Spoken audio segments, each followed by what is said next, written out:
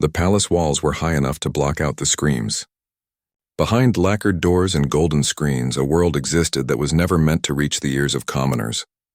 It smelled of sandalwood, silk, and blood. It was a place where a whisper could mean death, and loyalty was measured not in years of service, but in how quietly you suffered. Every dynasty boasted its glory in stone, jade, and scrolls, but beneath those bright layers lay a darkness rarely spoken of, even in whispers. And in this darkness there were people who were neither fully seen nor fully acknowledged. The silenced servants, the female eunuchs. To most of history they were phantoms, erased, unnamed, undocumented. Yet they lived and died in the same palaces that crowned emperors, raised empresses, and created dynasties.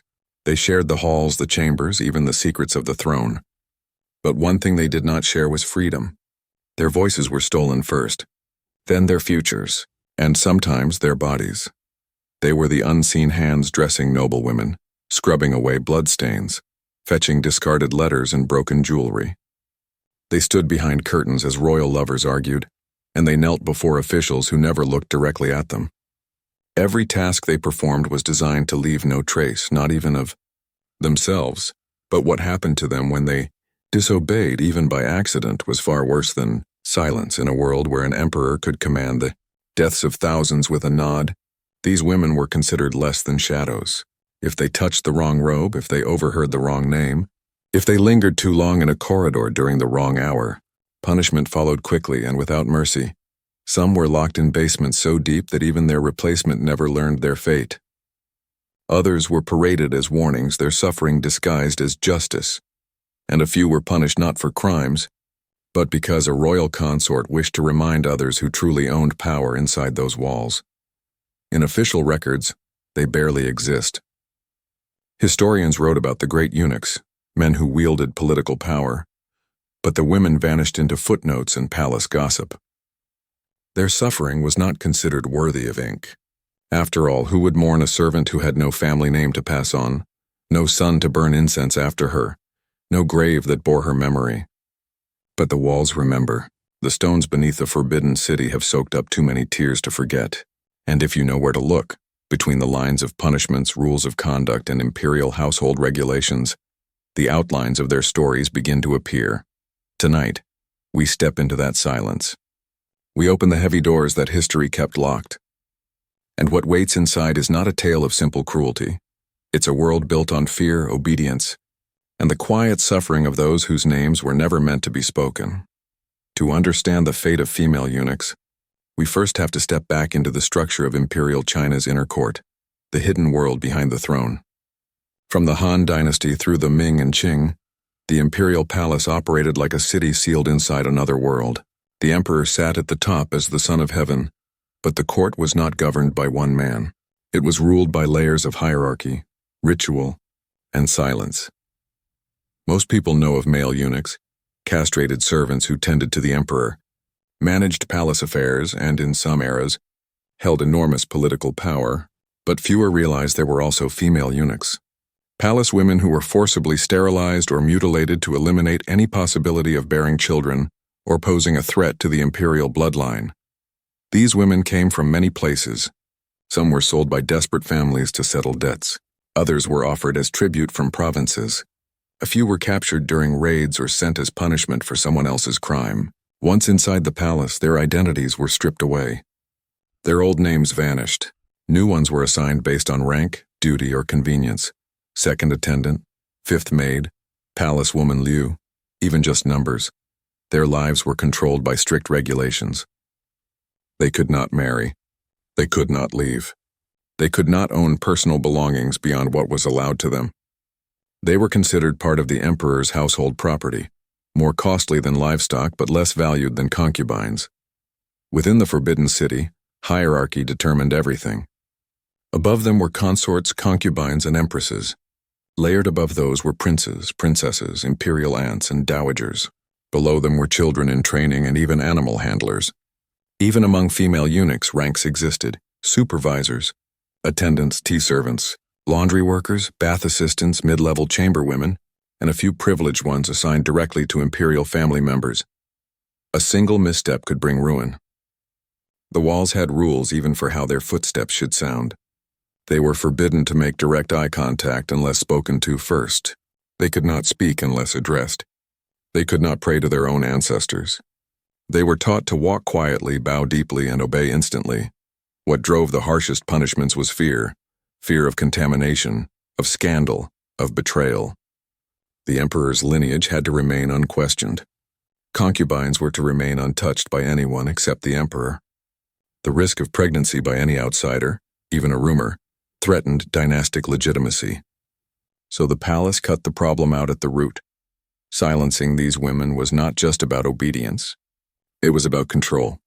If they could not bear children, they could not produce rival claimants. If they could not leave the walls, they could not reveal its secrets. And if they could not speak, then what happened in those corridors could never truly be known. They were the palace's invisible guardians and invisible victims, maids of the silk chambers, watchers of sleeping concubines, handlers of blood-soaked cloth after miscarriages or punishments. Their roles were unacknowledged, their suffering unrecorded. But every system that relies on silence builds its own darkness. And inside those walls, the price of disobedience, real or imagined, was often paid in flesh.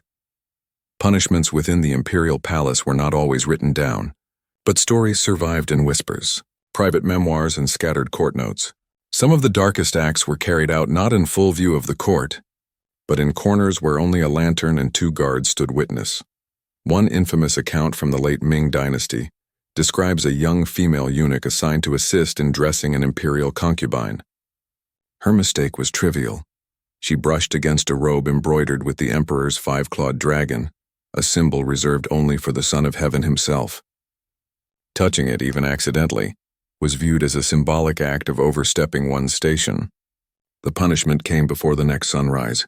She was dragged to the laundry bureau and beaten with rattan rods until she could no longer stand. But the punishment did not end there. Her tongue was partially cut to prevent her from recounting the event, and she was reassigned to the latrine pits, where the stench masked the infection that ended her life weeks later. Another story, passed down through the diaries of a palace guard, tells of a servant who witnessed a concubine secretly meeting a minor court official. The woman said nothing, but fear made her suspicious. Someone else reported the concubine days later, and the investigation traced the servant's presence in the hallway near the meeting. She was accused of failing to alert the authorities. Her sentence was kneeling on gravel under the sun for 3 days. When she fainted from dehydration, her body was dragged into the shade, not to save her but to prevent others from seeing her die too quickly. Her fate afterward was unknown. Most assumed she was buried without ceremony in an unmarked pit beyond the northern storage halls. During the Qing dynasty, when the Forbidden City reached its peak of ritualized control, there are accounts of chamber women being locked away in silent rooms. These were narrow cells with no bedding, no light, and only enough air through a slit in the wall to keep them alive for a time. Some were placed there for days as punishment for eavesdropping or simply being in the wrong place when a concubine broke an object or wept too loudly. Sometimes they emerged half-mad. Other times the door was never unlocked again. More brutal punishments were disguised as accidents. A female eunuch caught wiping blood from a concubine's bedsheets after a miscarriage was suspected of poisoning. With no trial, she was bound and thrown into the palace well at night. When her body resurfaced the next morning, it was listed in the logs as self-harm due to guilt. Even death was not always the worst fate. There were punishments meant to leave victims alive but broken beyond use. Bamboo splints were inserted beneath fingernails for minor offenses. For theft, sometimes as small as taking leftover rice, hands were crushed with weighted blocks. If rumors suggested impropriety with a visiting prince or guard, the woman could be permanently gagged with cloth treated in vinegar and resin, making speech impossible afterward. Some consorts or empresses took pleasure in exerting control over these women. Jealousy, especially among those who feared losing the emperor's favor, drove private cruelties. One empress dowager was rumored to have sent a chamber servant to the ice cellar for dropping a jade comb. The woman's hands were tied behind her back, and she was made to kneel on a block of ice until her legs turned black. The next day she was still alive, only to be forced to continue work until infection consumed her. The worst acts were often done under the excuse of preserving purity. If a servant was suspected of still being able to bear children, or worse, of hiding a pregnancy, she was subjected to examination by palace midwives. Those midwives, themselves servants, were ordered to ensure no dangerous seed remained. There are stories of forced procedures with dull instruments, no herbs for pain, and no aftermath care. Most of these women did not survive the week, yet all of this was buried under silence. For every whisper that survived, a dozen were lost in the shadows that lined the emperor's halls. Imagine waking each day not knowing if your life would end because someone else dropped a bowl, tore a sleeve, or lied to protect themselves. The world of the Forbidden City was not only physically confining, it was emotionally suffocating. These women learned to place their identities in a box and seal it forever. The less they were seen, the safer they were. The quieter they lived, the longer they might survive. They could not speak about their past. Many once had childhood names, siblings, and villages, but those memories became dangerous attachments. Even friendships within the palace were risky. If one woman was punished, anyone too close to her could be accused of conspiring or knowing too much. Bonds formed in whispers, with looks rather than words, and were severed when fear demanded it. They slept on thin mats in crowded quarters, or, if ranked slightly higher, in narrow rooms under supervision. Nighttime was never silent. Some muttered prayers under their breath. Others cried so softly it sounded like breathing. And sometimes when someone was dragged out before dawn, no one dared ask why. The emotional toll was not just individual, it was generational within the palace. Older servants sometimes trained younger ones to detach their minds from their bodies. Think of yourself as paper, one memoir recounts. If you step on, you wrinkle. If you are burned, you turn to ash. But you do not scream. Paper does not scream. The worst part was that suffering went unacknowledged. Even in death, most were not honored with rites. Bodies were wrapped quickly, carted away through side gates, and disposed of in common burial grounds or pits meant for plague victims and livestock. They had no tablets on ancestral altars, no incense in their name. In a culture where being forgotten after death was one of the greatest fears, they were condemned to that fate before they even died. Some tried to resist silently, in the smallest of ways. A servant might hide a scrap of cloth embroidered with symbols of her birthplace. Another might pass messages through laundry courtyards to a friend in another wing. But these quiet rebellions were always under threat. Fear was a chain heavier than iron. And yet, despite everything, some still found fleeting moments of humanity. A few concubines were rumored to treat their chamber women with kindness, sharing leftover tea or allowing them moments of rest. Occasionally, an aging eunuch would intervene to save a young servant from a beating.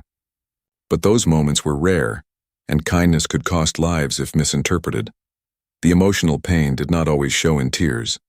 More often, it appeared as stillness. Servants who had seen too much moved like shadows, eyes lowered, footsteps cautious, breathing measured.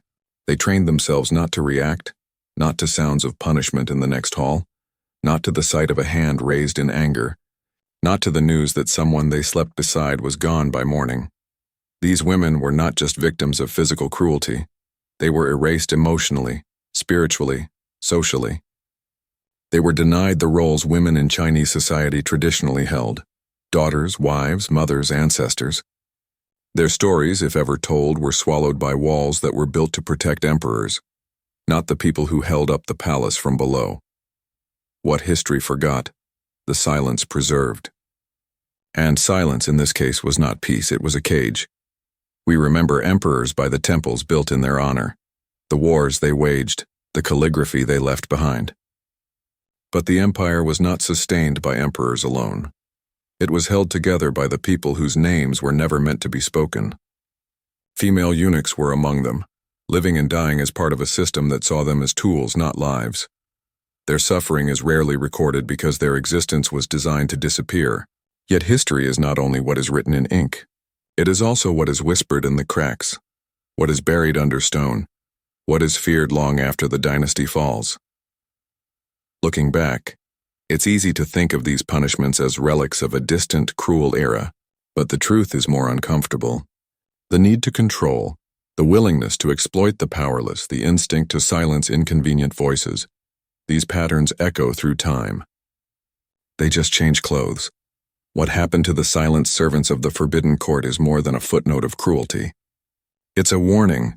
A society reveals itself not through the luxury of its rulers, but through the lives of those who were easiest to discard. Their pain should not stay hidden.